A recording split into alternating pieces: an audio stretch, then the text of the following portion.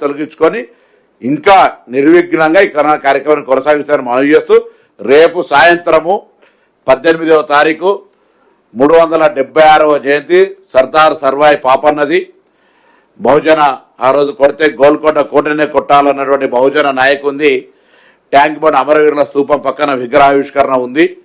గౌరవ ముఖ్యమంత్రి గారు, ఉప ముఖ్యమంత్రి గారు, పిసిసి అధ్యక్షులు, సహచర మంత్రులు, ఎంపీలు, ఎమ్మెల్యేలు, ప్రజాప్రతినిధులు, ప్రజలందరూ కూడా బహుజన వాదులందరూ కూడా పాల్గొని జరిపేటువంటి సభలో అందరూ కూడా పాల్గొనాలని విజ్ఞప్తి చేస్తా ఉన్నాను. మీ అందరూ కూడా, ఎందుకంటే ఈ ఉద్యమ స్ఫూర్తి పక్కనే మొన్న జ్యోతిబా పూలే, సావిత్రిబాయి పూలే విగ్రహావిష్కరణ చేసుకున్నాం.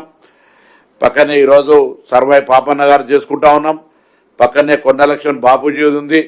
తర్వాత భవిష్యత్తులో ఇంకా ఏదైతే బలుగు బలహీన వర్గాలకు సంబంధించి లేదా తెలంగాణ అమరవీరులకు సంబంధించిన ఆటలు 1969 కావచ్చు, తెలంగాణకు సంబంధించిన అనేక రకాల ఇవన్నీ కూడా మిగతాయి కూడా తొందరలో పండుగ సాయన్నది కావచ్చు, కొమరం భీం కావచ్చు, చాక లైలమ్మ కావచ్చు, లేకపోతే ఈ విధంగా అనేక సంబంధించినటువంటి విజ్ఞాపనలే వాటన్నిటికి సంబంధించి కూడా ప్రభుత్వం తరఫున త్వరలోనే అటువంటి కార్యక్రమం కొనసాగుతుందని మాట చేస్తూ రేపటి సాయంత్రం విగ్రహావిష్కరణకు అందరూ కూడా రావాల్సిందే విజ్ఞప్తి చేస్తూ అందరికీ నమస్కారం.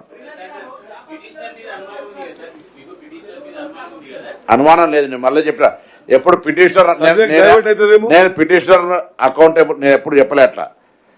సారీ టు చెప్పు. అవును, అదర్ పిటిషనర్కి అంతా ఇప్పుడు లార్జర్ ఇంట్రెస్ట్ ఆయనకి ఏదైనా ఎవరికో వ్యక్తిగతంగా లాభం జరుగుతుంది అనుకుంటేనో ఎవరికి ఇది ఒక మనం జనరల్ ఊర్లలో సామెత చెప్తాం, పెళ్లి చేసి చూడు ఇల్లు కట్టి చూడు అనేది. అటువంటి గవర్నమెంట్ ఒక సపోర్ట్ చేస్తుంది. ఇల్లు కడుతున్నాం 5 లక్షల రూపాయలతోటి, పెళ్లికి పైసలు ఇస్తా ఉన్నాం. దాని మీద వ్యక్తిగతంగా పిటిషనర్ కు ఏదైనా మోటివ్ లేకపోయేదంటే ఆయనకు వ్యక్తిగతంగా నష్టం జరిగేది ఏం లేదు కదా. ప్రభుత్వ ఖజానా గురించి అంత సీరియస్ అయితే so many issues are there. తప్పకుండా చట్టబద్ధత కాదు, దానికి తీసుకోవాల్సిన మొత్తం షీల్డింగ్ అంతా కూడా చేస్తాం.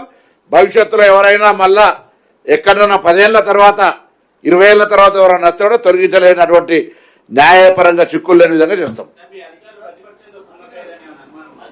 నువ్వు అట్లా నేను చెప్పినా విచారణ చేపిస్తా అని చెప్పిన, అంతకంటే చాలా సీరియస్ గా అటు ఎవరైతే న్యాయపరంగా రిప్రజెంట్ చేయాలో అధికారులుగా దాని బాధ్యత ఉన్నటువంటి చెప్తే SC, ST, BC, minority welfare సంబంధించి అందరికి సంబంధించినటువంటి దీని మీద చీఫ్ సెక్రటరీ గారు నిన్ననే ఆదేశించినాం. గౌరవ ముఖ్యమంత్రి గారి నోటీసులో ఉంది. తప్పకుండా ఈ అంశం మీద వీఆర్ వెరీ సీరియస్.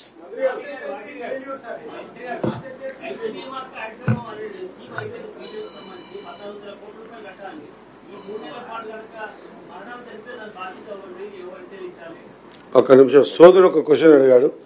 ఆ సోదరుని చెప్పినాక మీరు చెప్తారు. సోదరా, చేపల టెండర్లు ఆల్రెడీ పిలిచాం, ఆగస్టు నెలనే పిలిచాం. రేపు లాస్ట్ డేట్ ఉంది. ఇంకా కొంతమంది బిడ్డర్స్ ఒక 2 days టైం ఇవ్వండి, ఎక్స్టెన్షన్ చేయండి అడుగుతున్నారు. ఒకవేళ నేను కన్సర్న్డ్ ఎండీ గారు చెప్పాను, నిఖిల గారికి 2 days టైం ఇస్తామా లేకుంటే ఈ రోజు రేపటికే క్లోజ్ చేస్తామా? కానీ టెండర్లు పిలిచాం. విత్ ఇన్ షార్ట్ టైంలో ఎల్లో ప్రభావంలో వర్షాలు రావనుకున్నాం, కానీ అదృష్టం కర్ణాటక, మహారాష్ట్రలో వర్షాలు పడి అన్ని చెరువులు నింపుకున్నాం. కాబట్టి 100% తెలంగాణ రాష్ట్రంలో 26,000 చెరువులకు 100 రిజర్వాయర్లలో ఈసారి ఖచ్చితంగా చేప పిల్లలు, రొయ్య పిల్లలు వదులుతాం. థ్యాంక్ యూ అన్న. అట్ ద సేమ్ టైం ఈసారి ఇన్సూరెన్స్ కూడా 1,34,00,000 రూపాయలు మత్స్యకారులకు ఇన్సూరెన్స్ కూడా కట్టాం.